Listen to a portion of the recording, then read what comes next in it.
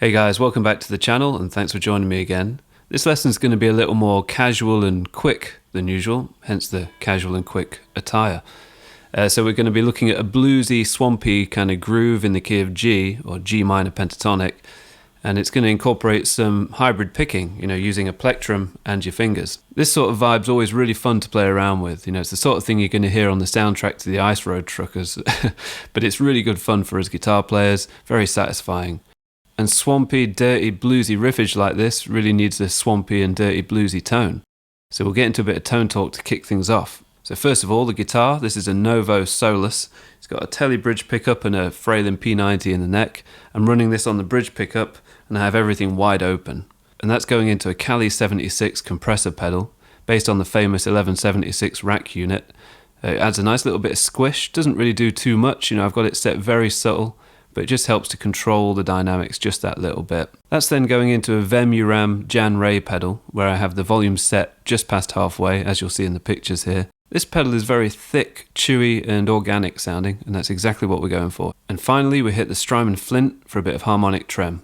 Amp-wise, I'm going into a 64 Fender Bassman on the normal channel. It's set just before it starts to break up, so it's pretty much clean. Again, here are the settings if you're interested. Okay, so on to the lesson. Let's go through our list of needed ingredients first of all. So we're in the key of G, and we're in a kind of bluesy version of the key of G. It neither commits to major or minor, hence why we can think of a G5 as our kind of tonal center. It doesn't have a third in it of any sort, so it leaves us open to interpretation. We can bring the major third in as much as we like, and we can also use that minor third as much as we like. Gives us some nice freedom, very typical in the blues. So first off, let's map out our G minor pentatonic in the lowest two positions. Lowest as in closest to the nut. So the first shape would actually be shape 5 of our 5-shape pentatonic system. You can think of the shapes, by the way, very simply as you have 5 notes in the scale: G, B flat, C, D, F. Each of the 5 shapes starts on each of those 5 notes on the low E string. So for example, shape 1 starts on G, shape 2 starts on B flat, shape 3 starts on C, shape 4 starts on D, and then shape 5 starts on F. And we're dealing with shape 5 down in the open position. So we're looking for the same 5 notes but starting on F. So we have F, G, B flat, C, D, and then we're going to go round again. F, G, B flat, C, D, F, G. So 2 and a bit octaves.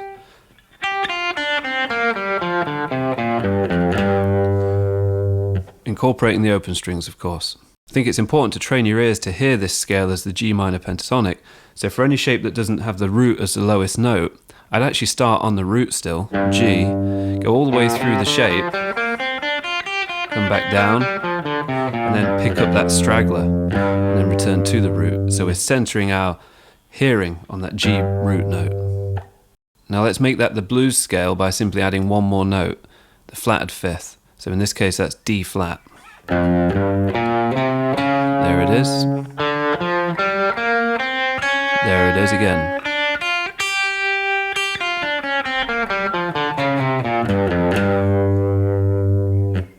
Okay, so that's shape 5, the shape that's closest to the nut. Now let's move into shape 1, the one that everybody knows. Quick outline. G minor pentatonic shape 1, starting on G. Now let's add that flatted 5th. Now it's the blues scale.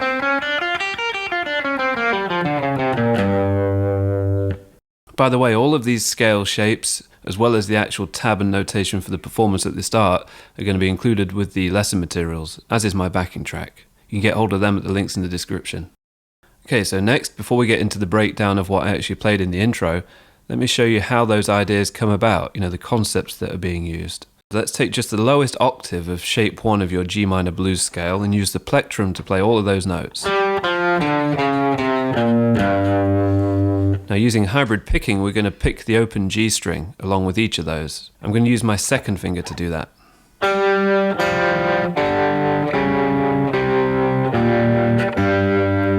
You could also use your third finger.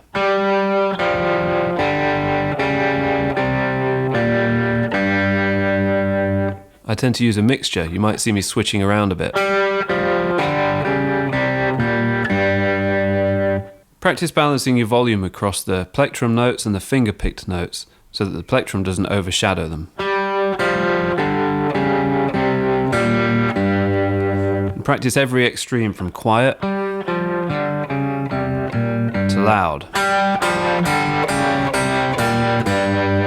Get a full command over all of your dynamic range.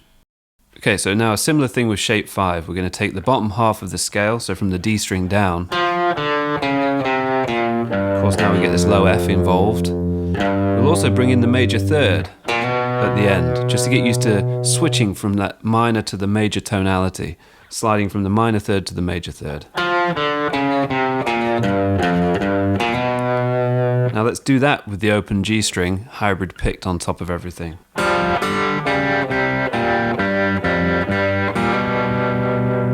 Sounds pretty killer, right?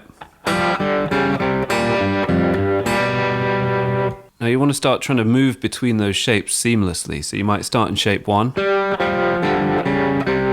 move down to shape 5, and maybe finish on the major third or the root, whatever you fancy. It's important that you experiment with this and have fun with it and find every possible way to make riffs out of it and use it in your solos as well. It's a killer sound to have under your fingers.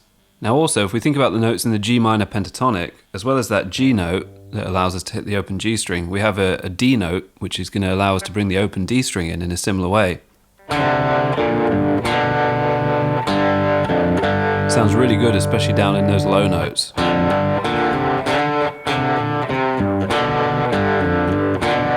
Now I'm just going to ad-lib a few things using some of those ideas. And I've got my drum track here at 92 BPM. Of course, you could always just use your metronome as well. Always nice to have one ready on hand. Okay, here we go.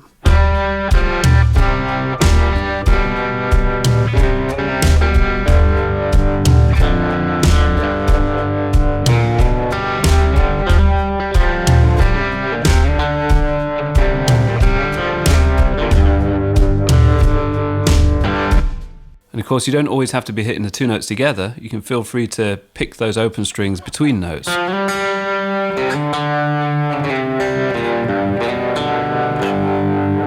Good way to come up with some nice fast country licks as well.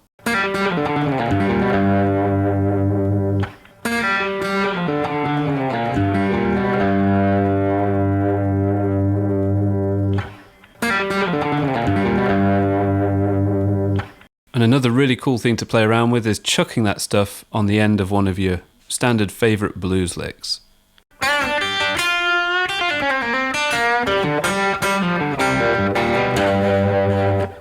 Okay, so finally into the actual study itself. We start off with this. So just to break it down slowly, and remember you can follow this along on the sheets, tab and notation very thoroughly typed out.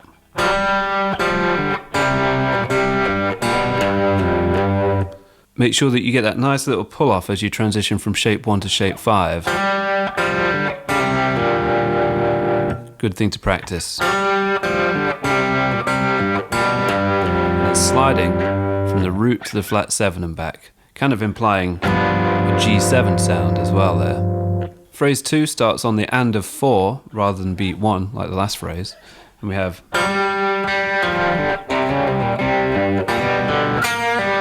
so like we mentioned earlier, a bit of separation there, picking the two strings together, getting that nice unison sound again between the two G notes. You know, one fretted on the 5th fret of the D string and one on the open G. And then an upstroke on the open G just to double down on that note.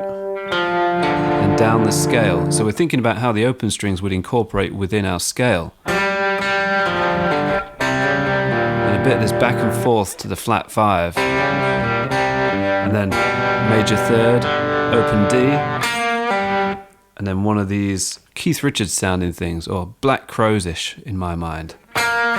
Flat 3 with a pull off to the open string. Feel free to be quite rough with the right hand, bring in some chaos so you hear some of those surrounding strings. Don't make it sound too polite like this. The third phrase is identical to the first. Oh, one little addition on that last note, hitting the open D string with it. And then phrase 4.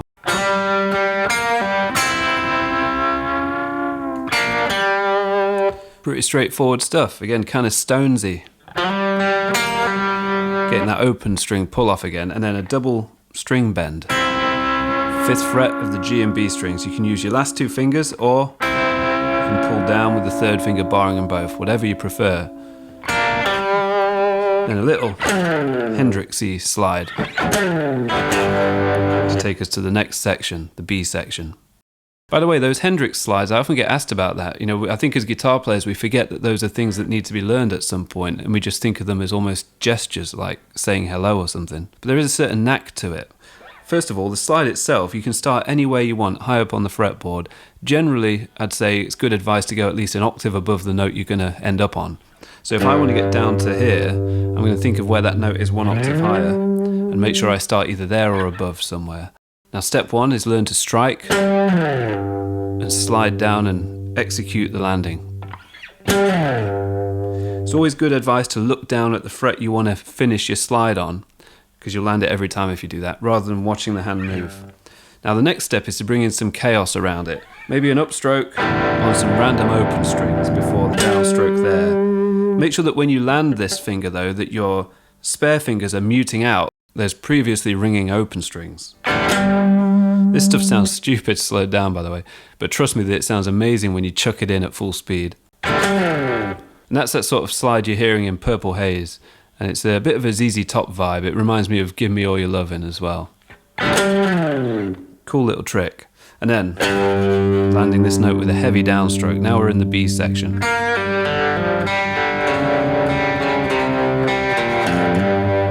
Same kind of stuff as before, incorporating open strings as many times as we can. This time we're thinking of anchoring this 2nd finger down on the root while the 3rd finger finds your flat 3, and then pull off to the open string.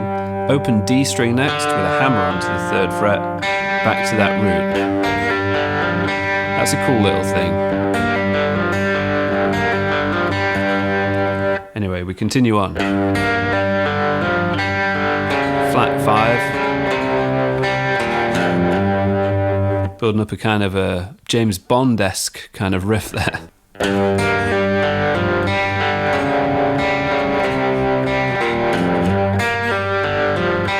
And then we do a response to that phrase this time. We play a phrase that you'll have seen me use tons of times in my other videos. I love to do this thing in shape 5, where you anchor the root on top. So this is kind of the polar opposite of what we did a minute ago, where the root was being kept in place on the low string. Now we're keeping it in place on the top string with that pinky, while we grab the flat 5, hybrid pick those 2 strings together, hammer on to the 5th, and then go back to the flat 5 and pull off to the 4. Again, hybrid picking the 2 strings together. And come down the G minor blues scale, using the open string when possible, slide into shape 1, finish on one of those cheeky little bends from the minor 3rd up about a 1/4 step. And then we go back to the previous riff again. So just like in the A section, we have a bit of a call and response thing going, or like an A, B, A, C kind of vibe with the riff. And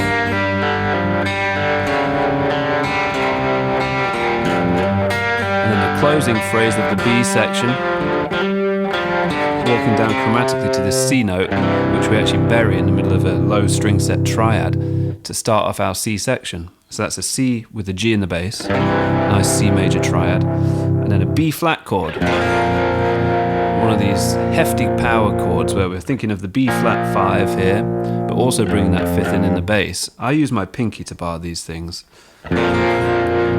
Rake through the strings to give it some of that drama. And for people that say neck vibrato does nothing, you know, I often get smart asses commenting on my videos saying, all these players are shaking the neck and nothing happens. Well, it does. I mean, if you can't hear this, then sorry, I can't help you. But check this out. This is no neck shaking. This is with neck shaking. Yeah, it's pretty drastic, and we could go much further than that. But be careful not to snap your guitar in half.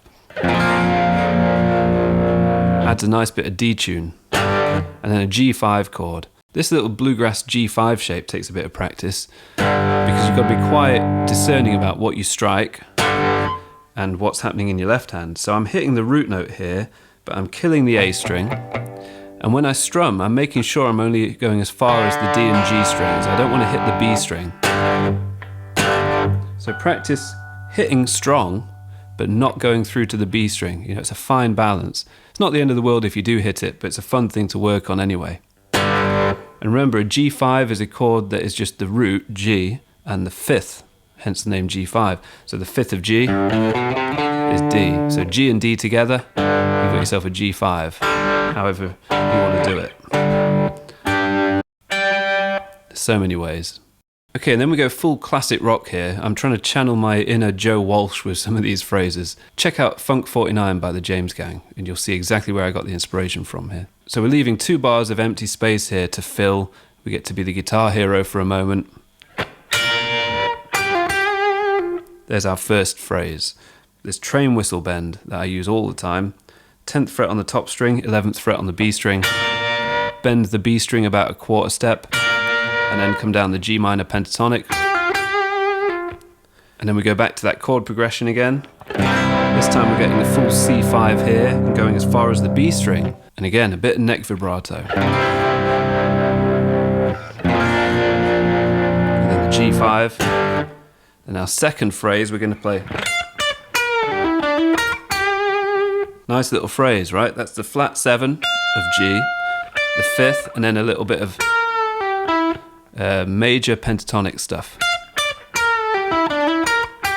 Then bringing that minor pentatonic back in. If we think about it, when we bend this note, this pre-bend up a semitone takes us from major to minor pentatonic.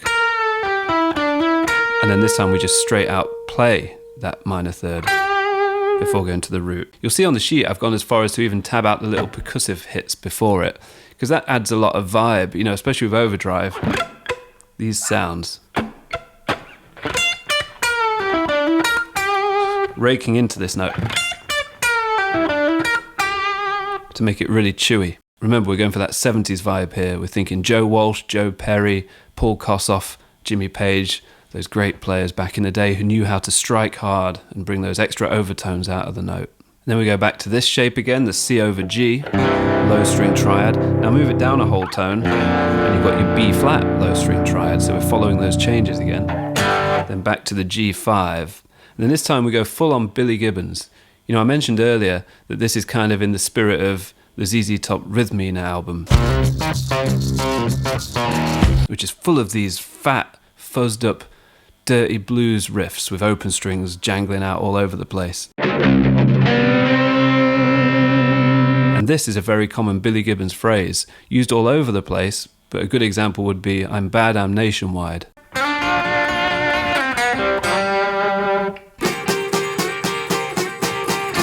So a couple of little things to mention there. These 2 notes are from your G minor pentatonic scale. Now this proves why it's important to know your various shapes of it, right? Because the notes are organised on different strings as you move through the shapes. For example, these 2 notes here, D and F, in shape 1, they share a string, so you can't play them together. Whereas in shape 2, you can now play them together, and that forms part of like a G7 chord. You could visualise this D7 shape moved out of open position. Try and add equal amounts of vibrato to both strings, and you've got yourself a little Walter-esque harmonica lick.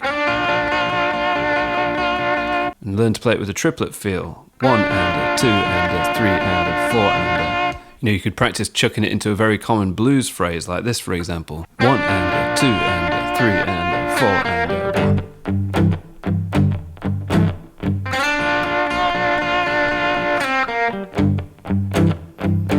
Anyway, back to what we do with it. We bring it in on beat 4 and we go 4 and a 1 and a 2 and a 3. We're coming back into shape 1 of the pentatonic. A quick little bend here, minor third up towards the major third. And then getting that doubled sound of the G note again like we did in the first riff. Sliding from 3 to 5 on the D string, hitting the open G string with that. You know, I'm hybrid picking again there. Plectrum on the D string, second finger on the G string. Now when you let those notes sit with no vibrato, you can hear the doubling of the note, but you can really bring it to the forefront by adding vibrato to that D string. You know, Jimmy Page style. Make the clashing notes really clash. And then we finish with C5 again, B flat 5, and then G5. And we're done. Okay, so there we have it, a bit of dirty fuzzed up blues, ZZ Top style. Hope you've enjoyed it. Do let me know down in the comments if you dig this stuff. Also, please do make sure to like and subscribe and share this with any of your guitar playing buddies. I'm sure they'll all be very impressed with your highbrow YouTube viewing habits. Alright, thanks guys. Take care. I'll see you next time. Cheers.